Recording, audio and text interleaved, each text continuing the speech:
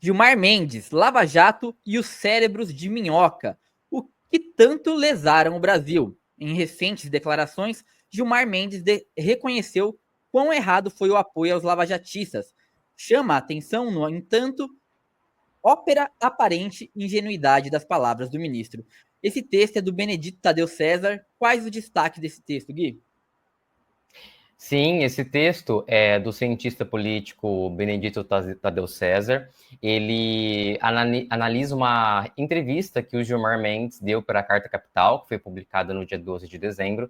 E nessa entrevista, o ministro do STF faz uma meia-culpa, né? Assumindo, reconhecendo que foi um engano apoiar a Lava Jato.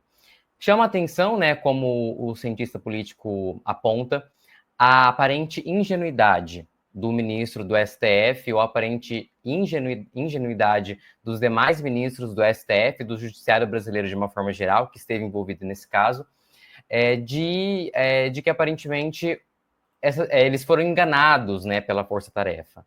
E aí é isso que fica um pouco difícil de entender. E aí o autor, ele questiona, né? Será mesmo que integrantes do Poder Judiciário e do Ministério Público, em seus diferentes níveis, foram candidamente iludidos pelos cérebros de minhoca? Que são palavras que o Gilmar Mendes usa para descrever as pessoas que encabeçaram a Lava Jato, né? Além de cérebros de minhocas, Gilmar Mendes também se refere a eles como gente muito chinfrim. E diz, dá uma certa vergonha. Poxa, deixamos que esses microcéfalos nos dirigissem por tanto tempo?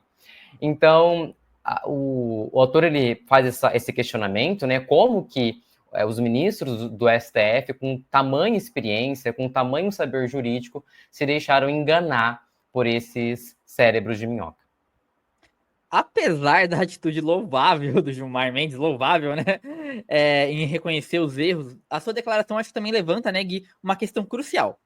Foi ingenuidade ou tem algo mais aí? É difícil acreditar que magistrados tão inteligentes e sábios como o Gilmar Mendes e sua turma aí, eles tenham sido enganados, assim, com o conhecimento jurídico que eles tinham. Iludidos mesmo. Por um grupo que, na palavra dele mesmo, era uma coisa menor, eram burros praticamente. Ele praticamente diz isso com palavras mais chiques, né? Que esses caras eram burros. Casos emblemáticos aí, como a prisão do Lula, antes de esgotar todos os recursos legais, a obediência ao tweet de um general na véspera do julgamento de um habeas corpus e o aval de decisões claramente políticas. Exemplo, a Dilma, quando teve aquela decisão de não empossar o Lula, era sabido por todos os ministros que a decisão era ilegal, porque a Dilma era presidente e não cabia aquela escuta.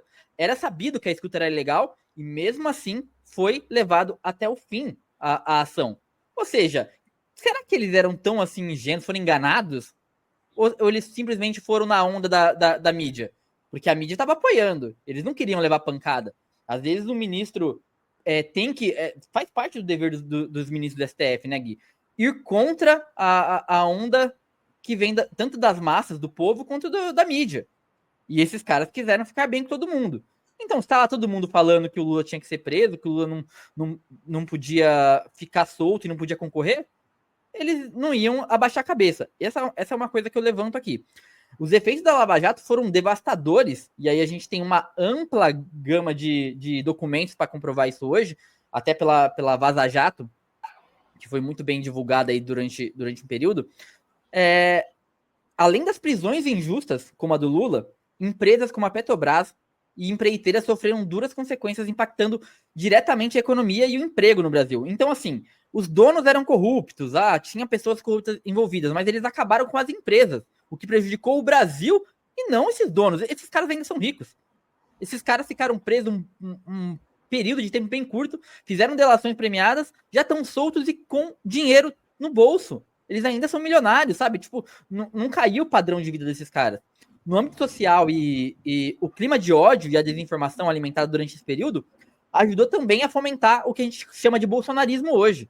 O bolsonarismo nada mais é do que um embrião, praticamente um xenomorfo aí, para quem conhece a referência dos aliens, do lavajatismo.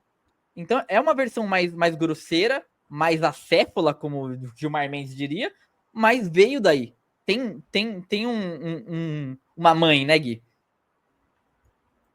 Sim, com certeza. Eu vou até comentar os pontos que você trouxe. Primeiro, que em relação ao que pode ter motivado, ou motivado, não sei se seria a palavra, mas o que pode ter levado os ministros do STF a embarcarem na Lava Jato, o Benedito Tadeu César diz isso, é que talvez tenha ocorrido algum tipo de ameaça, por exemplo, algum tipo de pressão, mas ele diz que se isso aconteceu, esse seria o momento de trazer isso à tona. Em relação aos danos, sim, assim, foram vários danos, né? Então, desde a perseguição política à esquerda, a grande mídia, né, reforçou muito isso ao longo de muitos anos, desde o mensalão. E aqui a gente não está falando sobre combate ou não à corrupção. A questão é a narrativa de que a corrupção é um problema da esquerda. E aí convenceu-se boa parte do Brasil de que o único problema do país seria a corrupção e que, se ela fosse combatida, todos os outros problemas estariam resolvidos. E o problema é que a corrupção, ela faz, né, infelizmente, faz parte, né, das instituições aqui no Brasil, mas ela não é um problema da esquerda, como a grande mídia fez questão de mostrar. E sim, a partir do momento que cria-se essa noção, né, de que o problema é a corrupção e até de que resolvendo ela, todos os outros problemas vão ser resolvidos, é quando surgem esses políticos outsiders, né, que vem dizendo que eu não sou político, eu não faço parte da classe política. E aí a gente tem Bolsonaro, a gente tem Marçal, a gente tem Trump, e todos eles são extremamente políticos e defendem, né, políticas, defendem um tipo de política. Né, esse discurso de que eles não são políticos é para embarcar justamente nesse asco, nesse afastamento que todos esses escândalos de corrupção geraram em relação à política.